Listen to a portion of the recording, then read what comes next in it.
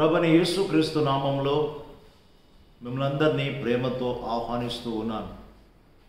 ప్రియులారా, దుఃఖంలో, బాధలో, కష్టంలో, ఇబ్బందుల్లో మనలను నిత్యము ఆదరించేది దేవుని యొక్క వాక్యం, పరిశుద్ధ బైబిల్ గ్రంథం.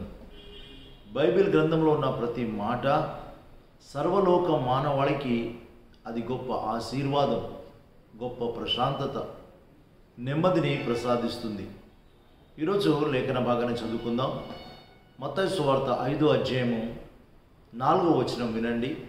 దుఃఖపడువారు ధన్యులు, వారు ఓదార్చబడుదురు.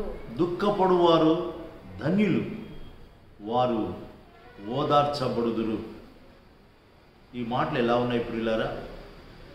దుఃఖపడువారు ధన్యులు. ఎలా ధన్యులవుతారు?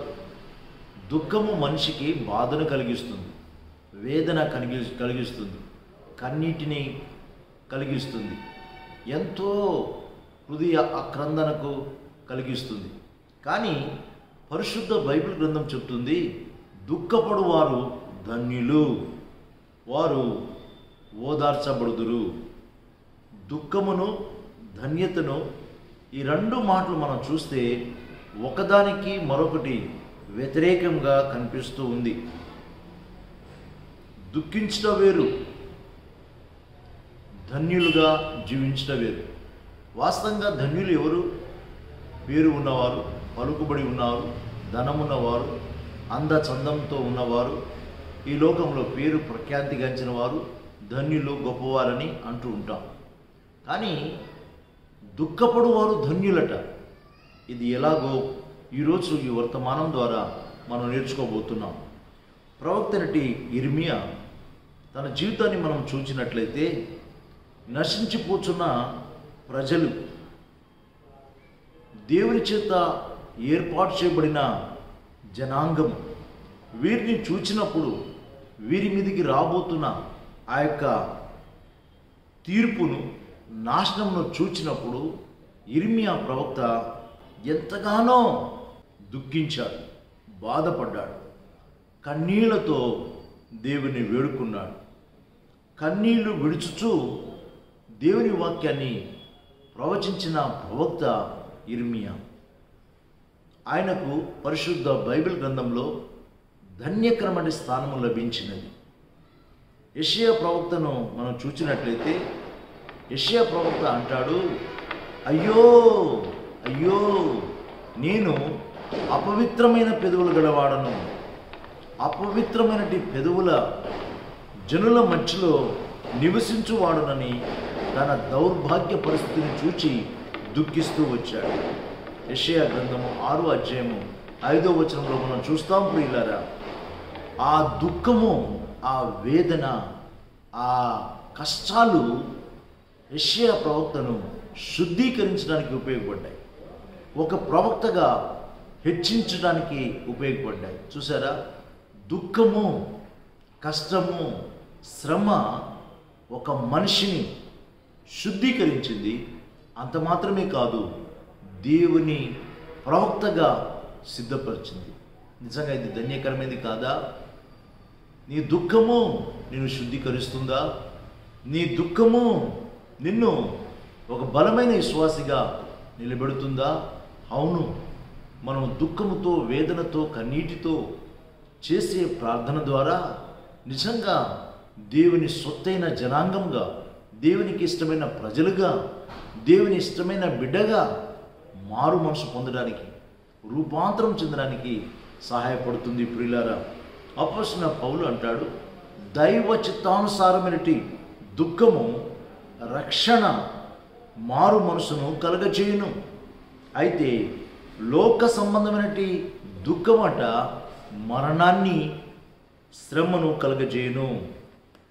దేవుని చిత్తం ప్రకారం పొందిన దుఃఖము ఎలాంటిదో, ఎట్టి దోష నివారణకైనను, ప్రతివాదమునకైనను, ఎట్టి ఆసక్తిని బట్టి ఎలాంటి కష్టాన్నైనా సరే అవి మనకు మేలు చేస్తాయి.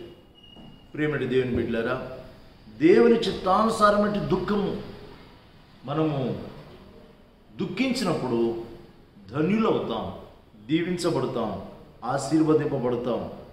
2 కొరింథీ పత్రిక 7వ అధ్యాయం 10వ వచనంలో కూడా ఇదే మాట చూస్తాం.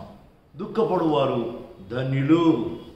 ఆ ప్రియమైన దేవుని బిడ్డలారా, దేని విషయంలో దుఃఖపడుతూ కన్నీరు కారుస్తున్నావు? నీ దుఃఖము ఆత్మీయంగా ఉందా, ఆధ్యాత్మికంగా ఉందా, లేక లోకానుసారంగా ఉందా? లోకానుసారమైన దుఃఖము కంటే ఆధ్యాత్మిక దుఃఖము మనము ధన్యులుగా మారటానికి ఉపయోగపడుతుంది. ఈరోజు వాగ్దాన వాక్యం విందామా? నేటి వాగ్దాన వాక్యము యెషయా గ్రంథము 61వ అధ్యాయము 3వ వచనం.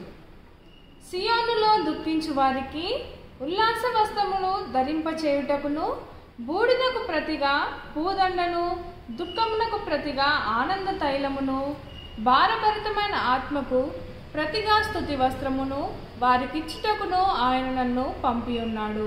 భారభరితమైనటి హృదయాలకు స్తుతి వస్త్రాలను ధరింపచేసే దేవుడు మన ప్రియ ప్రభు.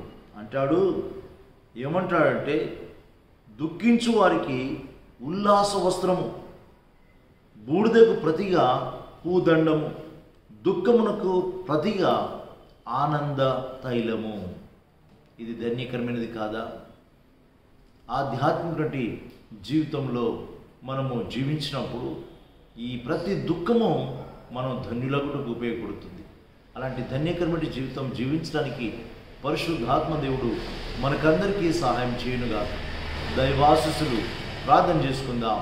ప్రేమలిన తండ్రి, మహోన్నతుడండి మా ప్రభువా, మీరిచ్చిన శ్రేష్టమైన సందేశం కొరకు మీకు వందనాలు, స్తోత్రాలైనా. దుఃఖపడు వారు ధన్యులు, వారు ఓదార్చబడుదురు. ప్రభువా, నిజంగా మేము దుఃఖించే దుఃఖము ఈ లోకపరంగా ఉందా, ఆధ్యాత్మిక ఉంటుందా? ఒక్కసారి మమ్మల్ని మేము పరీక్షించుకోవడానికి సహాయం చేయండి ప్రభువా. ఆధ్యాత్మిక దుఃఖము మాకు అది ధన్యకరమైనది, ఆరోగ్యకరమైనది కనుక మా ప్రియులు ఆధ్యాత్మికంగా నన్ను ఎదగడానికే మీ వాక్యాన్ని మీరు మాకు ఇచ్చారు. మీ స్తోత్రం నాయన. వాక్యం వింటున్న మా ప్రియులను పేరు పేరున దీవించుమని యేసు ప్రభు పేరిట ప్రార్థిస్తున్నాం తండ్రి. ఆమేన్.